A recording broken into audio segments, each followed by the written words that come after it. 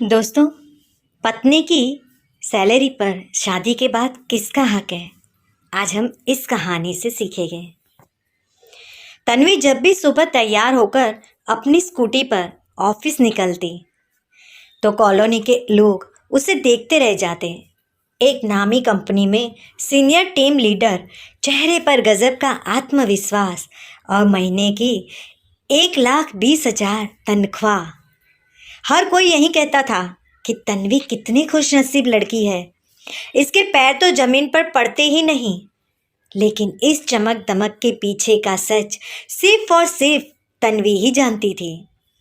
तन्वी की शादी अमित से हुई थी, जो स्वभाव से बेहद ही कंजूस और शकी लड़का था।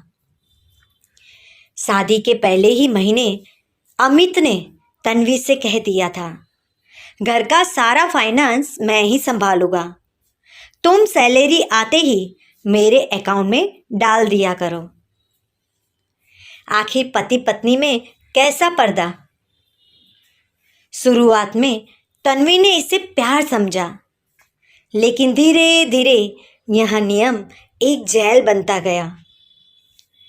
हर महीने की 1 तारीख को सैलरी आते ही अमित सारे पैसे अपने खाते में ट्रांसफ़र करा लेता। तन्वी को अपनी छोटी छोटी ज़रूरतों के लिए भी अमित के सामने हाथ फैलाना पड़ता था। दोस्तों, जब पत्नी को इसलिए पति के सामने हाथ फैलाना पड़े अपने ही पैसों के लिए, तो बहुत ही गिल्टी फील होती है। एक दिन तन्वी को ऑफिस के काम से मई की कड़कड़ाती धूप में बाहर जाना पड़ा। भयंकर गर्मी और धूल के कारण तन्वी का गला बुरी तरह सूख रहा था। उसे चक्कर आने जैसा महसूस होने लगा। तभी उसने रास्ते में गन्ने के रस का ठेला देखा। उसने स्कूटी रोकी और दुकानदार से बोली, भैया, एक छोटा ग्लास गन्ने का रस दे देना। दुकानदार ने बोला, मैडम जी, 15 रुपए का एक गिलास है। तन्वी ने तुरंत अपना पर्स खोला, लेकिन पर्स में 1 रुपया भी कैश नहीं था। उसने तुरंत ऑनलाइन पेमेंट के लिए फ़ोन निकाला और जैसे ही तन्वी ने ऐप से पैसे ट्रांसफ़र करने चाहे, स्क्रीन पर लाल अक्षरों में लिखकर आ गया, transaction failed, insufficient balance. Tanvi सन्न रह गई।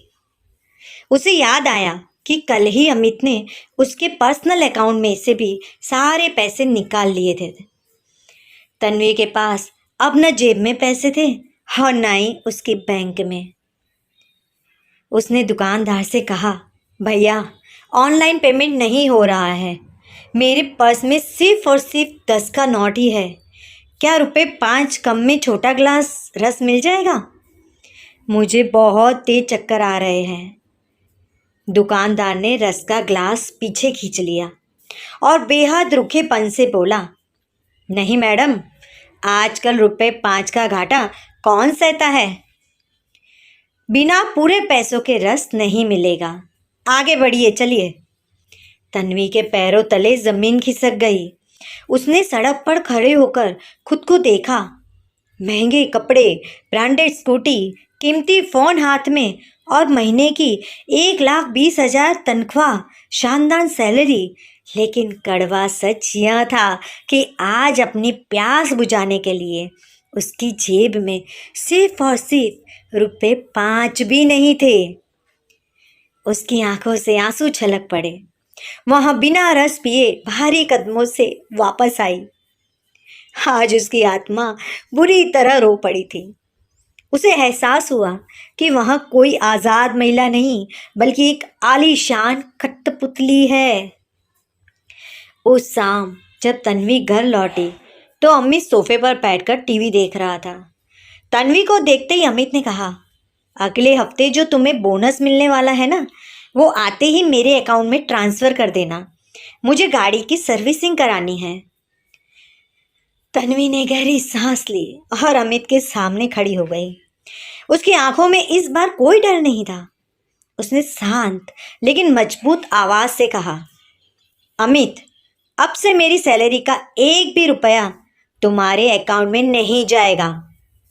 अमित गुस्से से चिल्लाया, यहाँ क्या बदतमीजी है?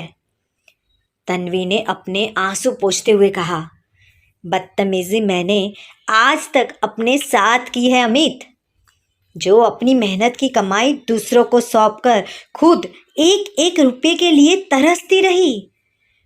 आज दोपहर जब मुझे समझ आया कि जो औरत इतना पैसा लाखों रुपए कमा कर भी अपनी मर्जी से 5 रुपए का रस नहीं पी सकती, वो आत्मनिर्भर नहीं, सबसे लाचार औरत होती है। मैं अब और लाचार बनकर नहीं रहूँगी। अमित ने डराने की कोशिश की बहुत, लेकिन नाकाम रहा। तन्वी ने साफ शब्दों में कह दिया कि वह आधा खर्च देगी, लेकिन अपनी कमाई पर हक सिर्फ और सिर्फ उसका खुद का ही होगा। उस दिन तन्वी ने सिर्फ अपने पैसे वापस नहीं लिए, बल्कि अपनी जिंदगी की डोर और अपना खोया हुआ आत्मसम्मान भी वापस पा लिया था। दोस्तों, इस कहानी से हमें एक सीख मिलती है कि महिलाओं के लिए सिर्फ पैसे कमाना काफ़ी नहीं है। सच्ची आत्मनिर्भरता तब आती है जब आपके पैसों पर फैसला लेने का अधिकार भी आपका हो। माँ बाप लड़कियों को इसलिए पढ़ाते हैं कि वह अपनी ज़रूरतें खुद पूरी कर सकें। दोस्तों, कहानी पसंद आई हो तो लाइक शेयर कमेंट्स ज़रूर कीजिएगा, और हमारी चैनल को अभी तक सब्सक्राइब नहीं किया तो सब्सक्राइब ज़रूर कीजिएगा। दोस्तों और परिवारजनों के साथ साझा ज़रूर कीजिएगा।